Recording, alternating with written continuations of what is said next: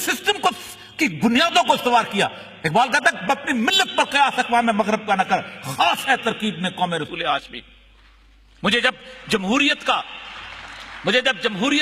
مجھے جب کسی اور کے شخصیات کا یونیفارمٹی آف کلچر کی بات کی جاتی ہے تو میرے سے میرا شناخت چھینی جاتی ہے. میں جب تک اپنے سربراہ کو وزیر اعظم کہتا رہوں گا، میں اس کا موازنہ چرچل کے ساتھ کروں گا، میں اس کا موازنہ اٹلی کے ساتھ کروں گا. جب تک اپنے صدر کو صدر کہتا رہوں گا، میں اس کا موازنہ آئزنہاور کے ساتھ کروں گا، میں اس کا موازنہ ڈیگال کے ساتھ کروں گا. لیکن اگر اس قوم میں کھڑے ہو کے کوئی شخص اپنے سربراہ کو امیر المومنین کہنا شروع کر دے تو اس کا پہلا موازنہ جو ہے عمر بن خطاب سے ہوگا، علی المرتضیٰ سے ہوگا. جب تک ایک قوم اپنی ٹرمینالوجیز کے اندر زندہ رہنا نہیں سیکھے گی، اس وقت تک یہ آگے نہیں بڑھ سکتی. ہم کتنی آسانی سے ایک دوسرے کو آئی لو یو کہہ دیتے ہیں، اس لیے کہ ہمیں اس کا احساس نہیں ہوتا. لیکن اگر کسی لڑکے یا لڑکی کو یہ کہنا پڑ جائے کہ میں تم سے عشق کرتا ہوں یا کرتی ہوں، تو اس کے ماتھے پہ 10 دفعہ پسینہ آ جائے گا. یہ ٹرمینالوجیز کا فرق ہے جس کے اندر زندہ رکھا جاتا ہے.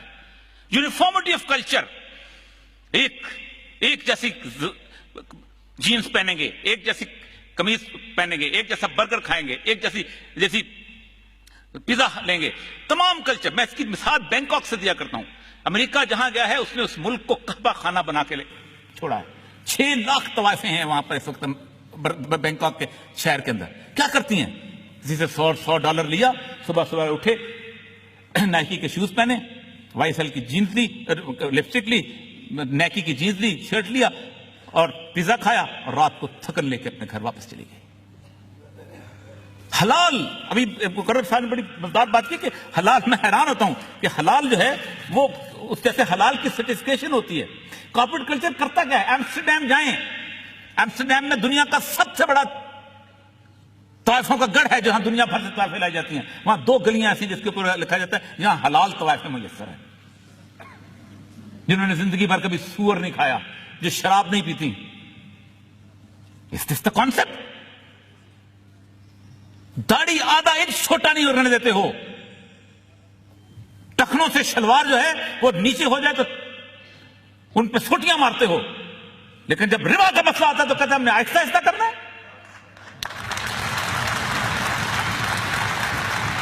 کون سا؟ ہم لوگوں سے ٹویوٹا کمپنی کا وہ مالک زیادہ بہتر ہے کہ وہ بینک آج سے تقریباً 50 سال پہلے وہ گیا بینکنگ کے پاس اور انہوں نے کہا میرے پاس مجھے کوئی ضرورت ہے، مجھے پیسے دے دو. انہوں نے کہا 480 تمہارے مزدور ہیں، ان کو نکالنا پڑے گا. کہا ہم تو نہیں نکالتے، ہم تو بچوں کی طرح رکھتے ہیں. واپس آیا، اپنی اولاد کو جمع کیا اور کہا دیکھو آئندہ کوئی بینک سے قرضہ نہیں لے گا. 100% ہمارے ہیں اور 2% شیئر اپنے رکھو، باقی 98% بیچ دو. اور اس کے بعد اس نے خودکشی کر لی. اس وقت دنیا کی بگیسٹ آٹوموبائل کمپنی 1 روپیہ بھی کسی بینک سے قرضہ نہیں لیتی اور وہ اپنا مال چلا رہی ہے. اور اس کے بعد اس کی اتنی وسعت دی اللہ نے کاروبار میں. مسلمان نہیں ہے لیکن اس کو پتا تھا یہ سود کا نظام کی صورتحال کیا ہے. اتنی وسعت دی اس کو کاروبار کہ دنیا کی بگیسٹ آٹوموبائل کمپنی اس لیول کی تھی کہ 1998 کے اندر اس کی ایک گاڑی میں چھوٹا سا نقص پیدا ہو گیا تھا. انہوں نے پوری دنیا سے گاڑیاں واپس منگوا لی تھی اور کہا تھا ہم نقص کے ساتھ چیزیں نہیں بیچتے. ہمارے اندر کمیونسٹ سے زیادہ دہریے تھے. کمیونسٹ 1917 میں جب لینن انقلاب لے کے آیا تو اس نے کہا تھا یہ سود یہ ہم نہیں چلائیں گے. There will be no bank in Soviet Union. ہم سے تو زیادہ ان کے اندر طاقت ایمانی تھی. اور مجھے سمجھ نہیں آتی کہ اس ملک کے ارباب اختیار کی جو حلف، کیانی صاحب کا بھی حلف بھی پڑھ کے سنا دیا کرے تو پتا چلے ٹانگیں کانپ جائیں ان لوگوں کی جو حلف اٹھاتے ہیں. کیا اس حلف اٹھانے کے بعد جب شریعت کورٹ کا فیصلہ آیا تھا تو کیا نواز شریف کی ہمت ہو گئی کہ وہ سود کے خلاف عدالت میں جائے گا؟ کیا مشرف کے اندر یہ ہمت ہوگی کہ UBL کے اس کو کہے کہ تم جا کے دعویٰ دائر کرو؟ میں تو اس مسئلے میں ضیاء الحق کو بھی مورد الزام کہتا ہوں. شریعت کورٹ بنائی اور کہا 10 سال کے لیے یہ معاشی معاملات نہیں سن سکتی. یعنی تم سب کچھ ٹھیک ہو. اسی لیے جب کبھی میں یہ آیت پڑھتا ہوں جس میں اللہ تعالیٰ جنگ کا اعلان کرتا ہے تو اس وقت اندازہ کہ اللہ تبارک تعالیٰ نے قرآن جو ہے رہتی دنیا تک نافذ کیا تھا. یہ سارے علماء کرام موجود ہیں، شہیدی صاحب موجود ہیں، دوسرے موجود ہیں. ہر ایک مہدی آخر الزمان پہ بلیو کرتا ہے کہ وہ تشریف لائیں گے. یہ ان کا انتظار کر رہے ہیں، ہم بھی ان کا انتظار کر رہے ہیں، سب ان کا انتظار کر رہے ہیں. میں ایک سوال علماء کے سامنے چھوڑے جا رہا ہوں جو خلافت علی منہاج النبوہ کی بات کرتے ہیں یا امامت کی بات کرتے ہیں. کیا امام مہدی کی حکومت ورلڈ بینک کی ممبر ہوگی؟ کیا وہ یونائٹڈ نیشنز کی ممبر ہوگی؟ ہرگز نہیں. اگر خلافت علی منہاج النبوہ IMF کی، ورلڈ بینک کی ممبر نہیں ہو سکتی تو میرا ملک بھی نہیں ہو سکتا اگر ہم واقعی ایمان کی طاقت رکھتے ہیں. ارجنٹین جیسا ملک کھڑے ہو کے کہتا ہے ریپوڈیٹنگ دا ڈیٹ، میں نہیں دیتا ہوں تمہارے قرضے. ایٹمی طاقت نہیں ہے اس لیے کہ تم نے یہ قرضے ان بددیانت حکمرانوں کو دیے ہیں. یہ فرانس میں اس کی جائیداد ہے، یہ انگلینڈ میں اس کی جائیداد ہے، یہ جرمنی میں ان کی جائیداد. بیچو اور حاصل کرو. یہ قوم نہیں کہہ سکتی کہ یہ زرداری کی جائیداد ہے، یہ نواز شریف کی جائیداد ہے، یہ فلاں کی جائیداد ہے. بیچو. انہوں نے خود قرضے لیے ہیں، مجھ سے پوچھ کے لیے تھے.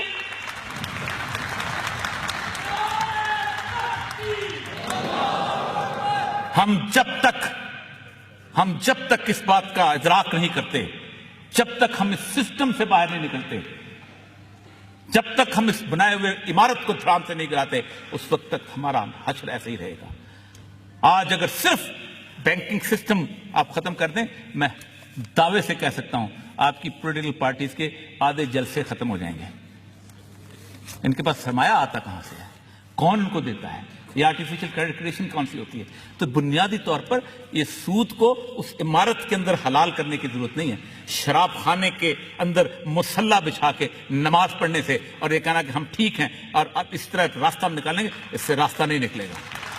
شراب خانہ ڈھائے گا جب تک یہ شراب خانہ ڈھایا نہیں جاتا. کیا سید الانبیاء صلی اللہ علیہ وسلم نے جب فرمایا تھا کہ آج میں ربیہ کا خون معاف کرتا ہوں قصاص کا، اور ساتھ میں عباس ابن عبد المطلب کا سود معاف کرتا ہوں، کیا عباس ابن مطلب نے کھڑے ہو کے کہا تھا کہ مجھے کچھ مہلت تو دو ذرا، میں اپنے پیپرز درست کر لوں، میں کوئی راستہ نکال لوں؟ کبھی دیکھیے گا عباس ابن مطلب کا قرضہ کتنا تھا جو انہوں نے دیا تھا. چچا حکم آ گیا، ختم. میں اصل در بھی نہیں لیتا ہوں کہ اس میں شبہ اس بات کا ہے کہ کہیں سود میں گلاوٹ نہ ہو جائے. کوئی راستہ نہیں ہے، کوئی طریقہ کار نہیں ہے. یعنی صاحب نے کہا سپریم کورٹ یہ کرے گی کچھ؟ جہاں شرم آنی چاہیے. میں نے اس دن کالم بھی لکھا تھا کہ کنٹیمپٹ آف کورٹ لگتی ہے سرمد جمال عثمانی پر، کہ جو کہتا ہے کہ جو سود نہیں لیتا وہ ٹھیک ہے، جو لیتا ہے اس کو اللہ پوچھے گا. تو پھر جب کوئی جناب الجبر کا کیس آتا ہے اس میں بھی کہہ دیا کرو گا. پھر جب کوئی چوری کرنے والا آتا ہے اس میں بھی کہہ دیا کرو گا. تمسخر اڑایا جاتا ہے اس قوم کا. آخری ایک حدیث سنا کے اجازت چاہوں گا. سید الانبیاء صلی اللہ علیہ وسلم فرماتے ہیں کہ ایک بستی میں اللہ تبارک تعالیٰ نے جبریل علیہ السلام کو بھیجا اور کہا جاؤ جا کے اس بستی پر عذاب نازل کر دو. جبریل واپس چلے گئے. کہا میں نے ایک ایسے شخص کو دیکھا ہے کہ طرفت عین، آنکھ جھپکنے جتنا بھی گناہ نہیں کرتا، میں کیا کروں؟ فرمایا اللہ کے الفاظ سنیں اور اپنے آپ کو میں جب کبھی کوئی حدیث پڑھتا ہوں میں کانپ جاتا ہوں. اللہ فرماتے ہیں یہ وہ بدبخت ہے جو عابد اور زاہد تھا لیکن اللہ کے نام کی غیرت پر اس کے چہرے کا رنگ نہیں بدلتا. سوچئے گا ہمارے چہروں کے رنگ بدلتے ہیں لوگوں کے ساتھ اٹھتے بیٹھتے ہوئے. کیا ہم عذاب کے مستحق نہیں ہیں؟ یہ تو پتہ نہیں کن لوگوں کی دعائیں ہیں اور سید الانبیاء صلی اللہ علیہ وسلم کا سایہ ہے کہ ہم بچے ہوئے ہیں. ورنہ 199 ملک ہیں نسل اور رنگ کی بنیاد پر رکھے ہوئے. ہم مسجد ہیں. مسجد کے ساتھ جو کھلواڑ کرتا ہے، جو اللہ کے نام پہ بنا ہوا گھر ہے، اس کا عذاب زیادہ ہوتا ہے. وآخر دعوانا الحمدللہ.